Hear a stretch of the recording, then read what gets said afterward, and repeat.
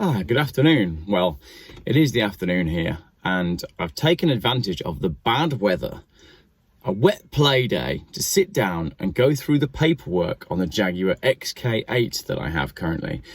And I have to say, A, it took me hours, and B, it's the best history file of any car that I've ever come across, ever, because it has thrown so many interesting things out. So, sit down, get yourself comfortable, pour yourself a cup of your favourite, a cup of tea or something stronger, and enjoy as I talk you through the spreadsheet what I made after I went through this box file.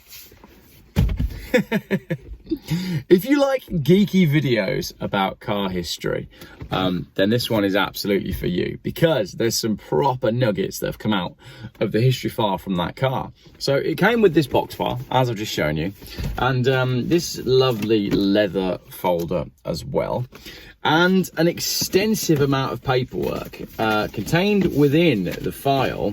There is a binder and many scraps of paper. So what I've done is I have gone through and I've put all of it onto one of mine, or two of mine, I think it was three actually. I think it produced 3 spreadsheets, which, if I could just find them now, there's one.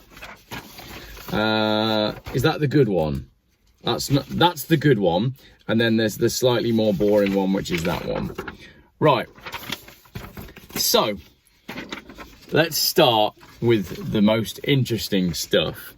Right, one of the documents that I found within the file was the original purchase invoice, and I love finding the original purchase invoice for a car. But not only that, this car had 3 purchase invoices from it changing hands over the years, and each one of those had its own little nuggets buried within it. So, it was purchased new in 1999 for £42,510 with the optional classic leather, which is oatmeal, by the way, and it's in meteorite silver, and a full-size spare, so that was an extra £1,353.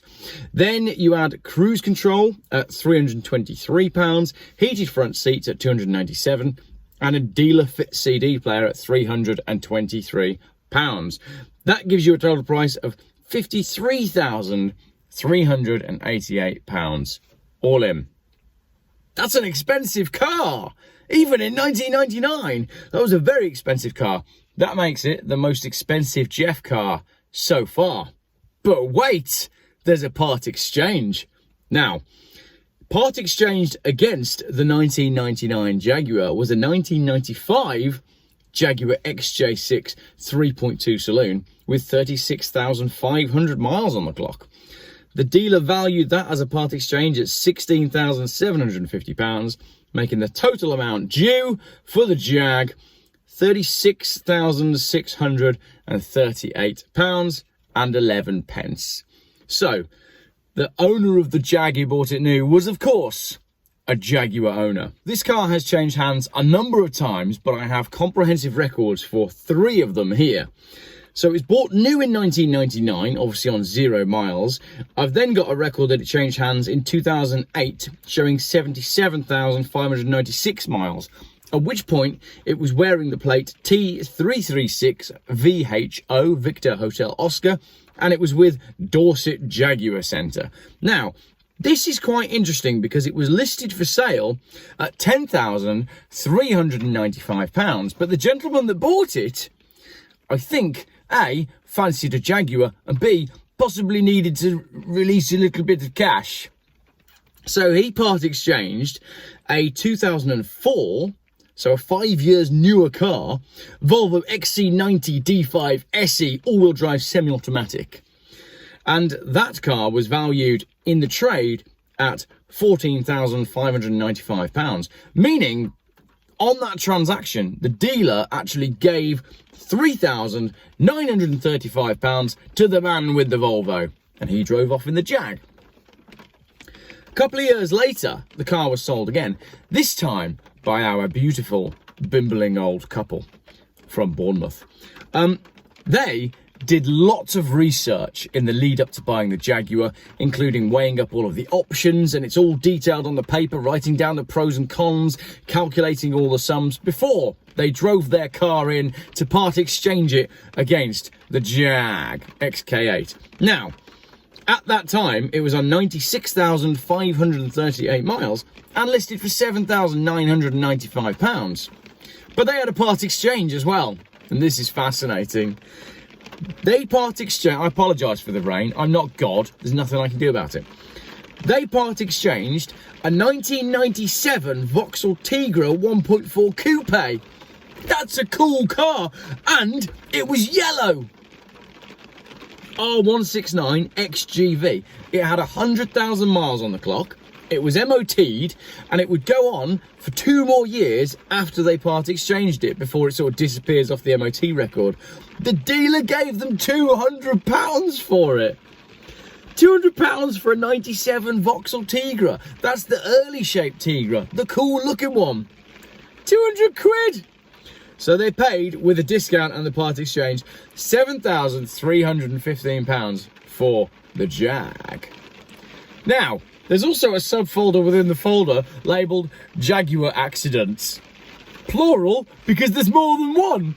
And this is where it gets even more interesting. I've told you all before that the car is a Cat C and it's an insurance write-off. However, how many times has my Jag been crashed into or been crashed? That's the question.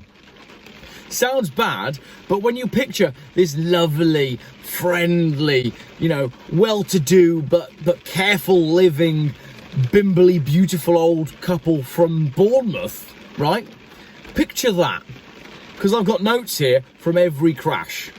The first crash took place in 2010 when a Mr. A drove into the Jaguar at the owner's residence. And Mr. A ended up footing the bill for that. It was only £141 of damage, and some bumper brackets were replaced, basically, to remount the bumper and a little bit of paint. Now, in 2012, there's a note from a girl called Emma, apologising for hitting the Jag in a car park. Once again, words were exchanged, and it was dealt with amicably by this beautiful old couple, and the total bill for that damage was £423.63. Now we have a slightly more controversial one, because there's a note in the history file which is accompanied by a cheque from the insurance company in lieu of paying for the repairs. There's simply a note in 2013 that a black woman hit the rear of the car in a car park. So I think our bimbly old couple are a little bit old-fashioned in the way they view the world, and perhaps the way they refer to certain things that we perhaps wouldn't say that. You'd probably say a coloured lady. You can't say that either. That's not a joke. You can't joke about that sort of stuff, especially not in 2022. But yes, the black woman hit the rear of the car. In fact, the note simply says black woman hit my rear, I think, which I thought was hilarious. £390 it costs if a black woman hits your rear. Now, the big one, the one that made it a write-off, the one that made it a Cat C. There's a lovely note in the file from, I presume, our Bing Bling couple, simply saying that they moved house in May 2014 and drove into the dining room wall in June 2014. So they moved house and then crashed the Jag into their own house. How sweet are this couple? I love them. The car attracts all these accidents. People drive into it and they say, don't worry about it, we'll deal with it, we'll work with you on this one. And letters are exchanged and they're friendly and the people pay them the money because they're nice people. Jaguar owners are just lovely. Anyway, they drive into the dining room wall and then they enlist the services of a local specialist to value the car. And the car is valued at that time at between £8,000 and £9,000. The estimate to repair the car is £3,000, but the total bill ends up being £6,500. So that's why the insurance company went, hey, we can't do that. And so it ended up being a Category C write-off. If you're watching this from abroad, Category C basically means it can go back on the road after it's repaired, but it must be inspected by an independent body to prove that the car is the car that you're saying it is, which basically stops people from using written off cars and putting stolen cars back on the road and that sort of thing. So the bill for that was £6,500, and then the vehicle identity check was passed, and that was in October 2014. So that is a brief history of ownership and crashes. And I just think that's absolutely brilliant.